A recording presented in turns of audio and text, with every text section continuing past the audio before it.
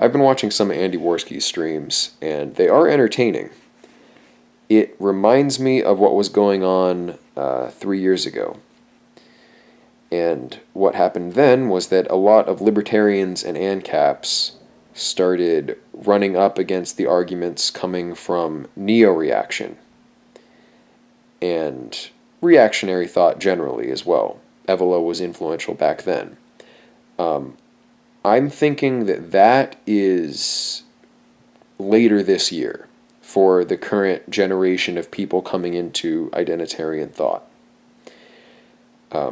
But right now we're in that phase where you had been a libertarian and then you came to understand that the predisposition for libertarian political tendencies is partly genetic.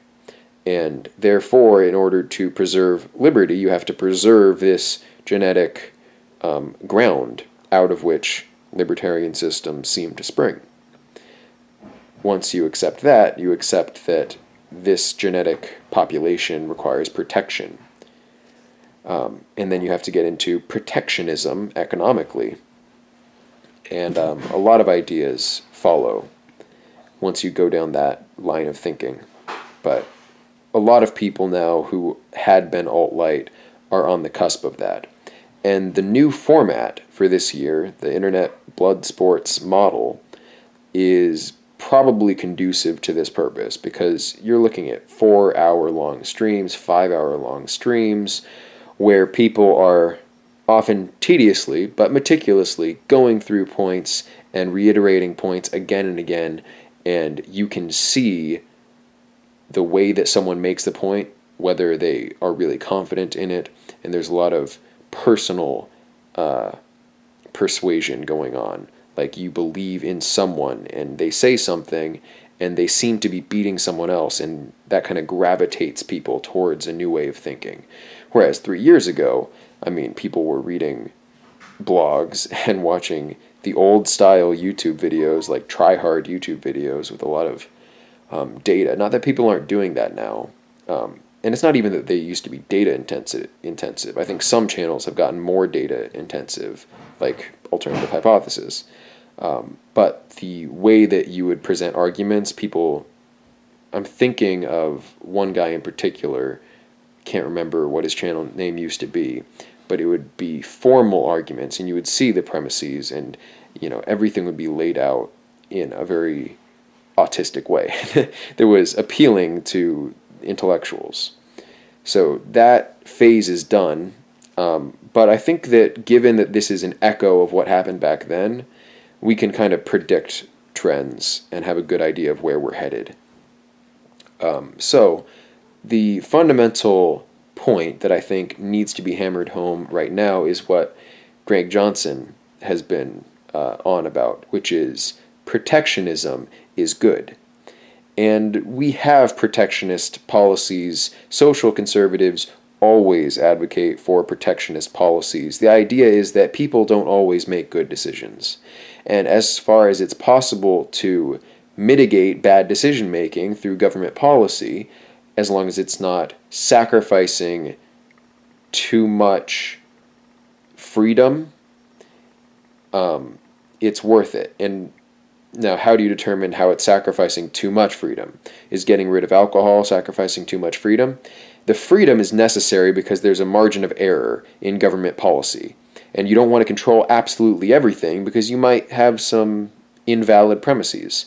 And if government comes in with protectionist policies that steer people on the wrong path, then that's far worse than a subset of the population making bad decisions. You have to be really sure that whatever it is good for people. And I am with Greg Johnson in saying that maybe enforced exercise might be something worth doing. Healthcare would be way less expensive, and people would bond. I mean, imagine if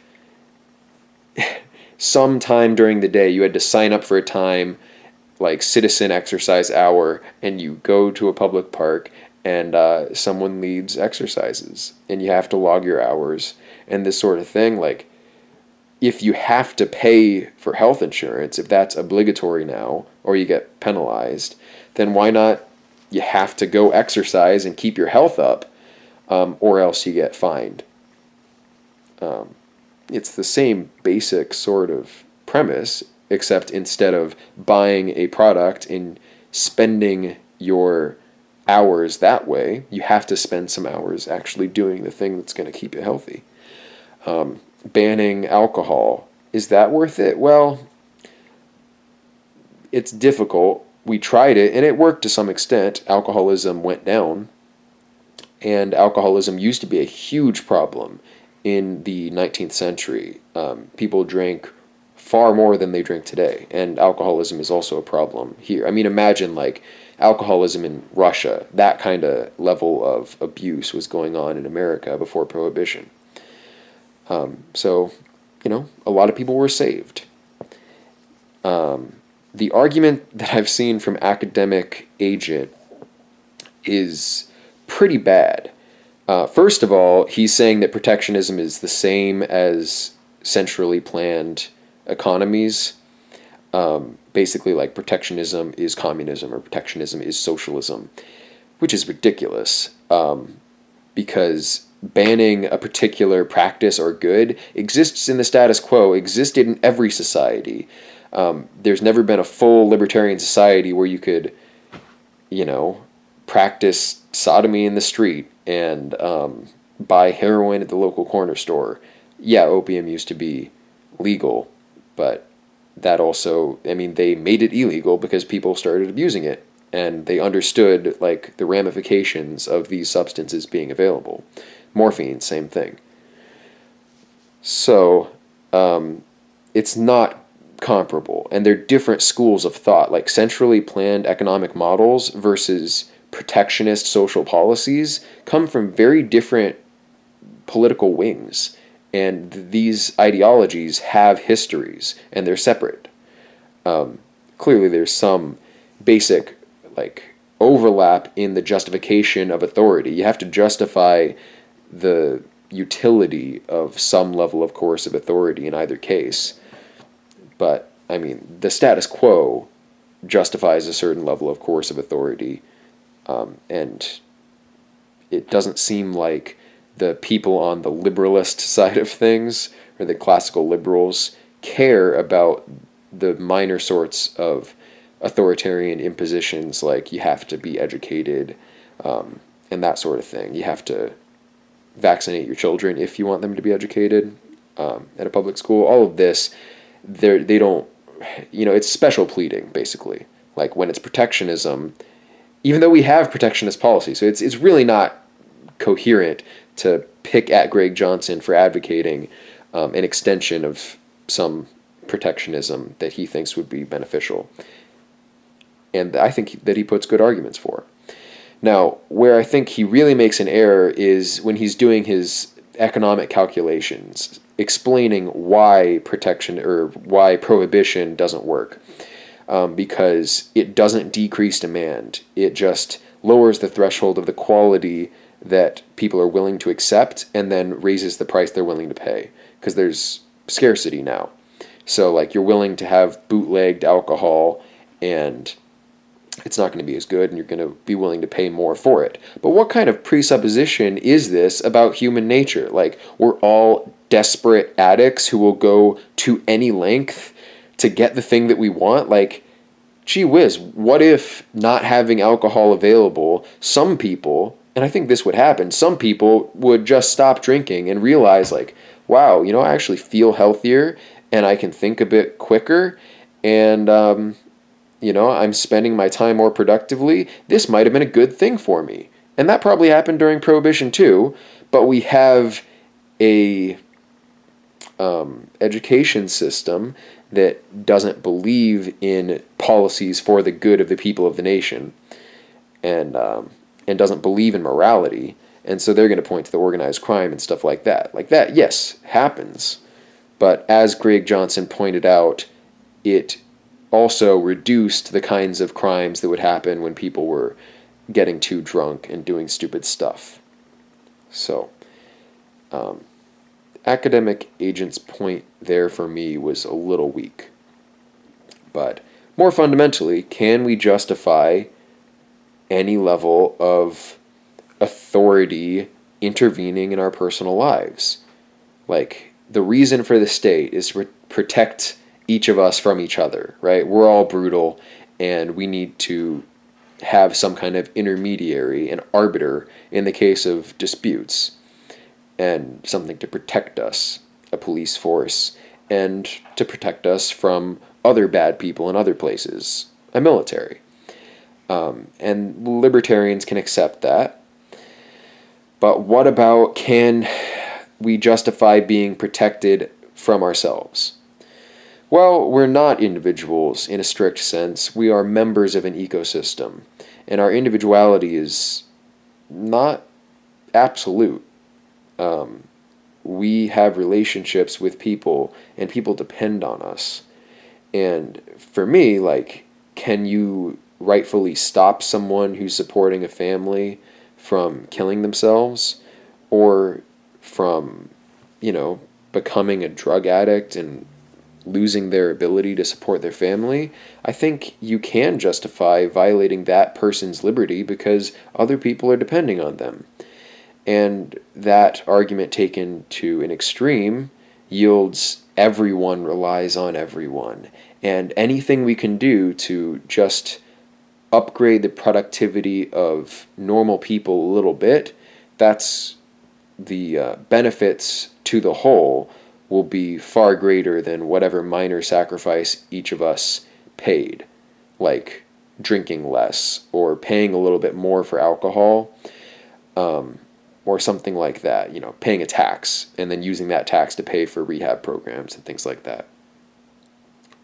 It is actually the problem with democracy is the good thing about protectionism, in that the costs are diffuse, and the benefits are concentrated in so far as the economy receives the benefits, and that raises everyone up. So I'm not entirely sure about that argument, but it's okay. So Greg Johnson used Plato's argument from the Gorgias, which is that what people really want is what's good for them, right? And insofar as they choose the thing that's less good for them, they are pursuing more immediate goods and foregoing later goods that seem smaller because they're farther off. Basically, high time preference is the reason people make bad decisions, and also not knowing what the future is going to bring. So, given that we want what's good for us, freedom is getting what we want, doing what we want, which is the good. If someone's wrong about what's going to bring them good in their lives, then it's justifiable to interfere and force them to become more free, which I guess is a quote from Rousseau. And I can buy that line of thought. A lot of Plato's arguments seem semantic, and you can never really take them at face value. But that is a good point. Suffering is inherently bad. Now, however you want to define it, the overall goodness or badness of experience is tautologically what it is. People value things. People value negatively, they value positively. And if you can lead someone to a better condition that they themselves value better subjectively, although they might not have anticipated that they would value it higher subjectively, then you are helping them. And their loss of freedom, tautologically, is not as significant as their overall better circumstance. You can do a utilitarian calculation and just say that whatever they lost in giving up their freedom in one sense, giving up their negative liberty in one sense, they gained by being what we're now defining tautologically as better overall, or in a better, more pleasurable, less painful state.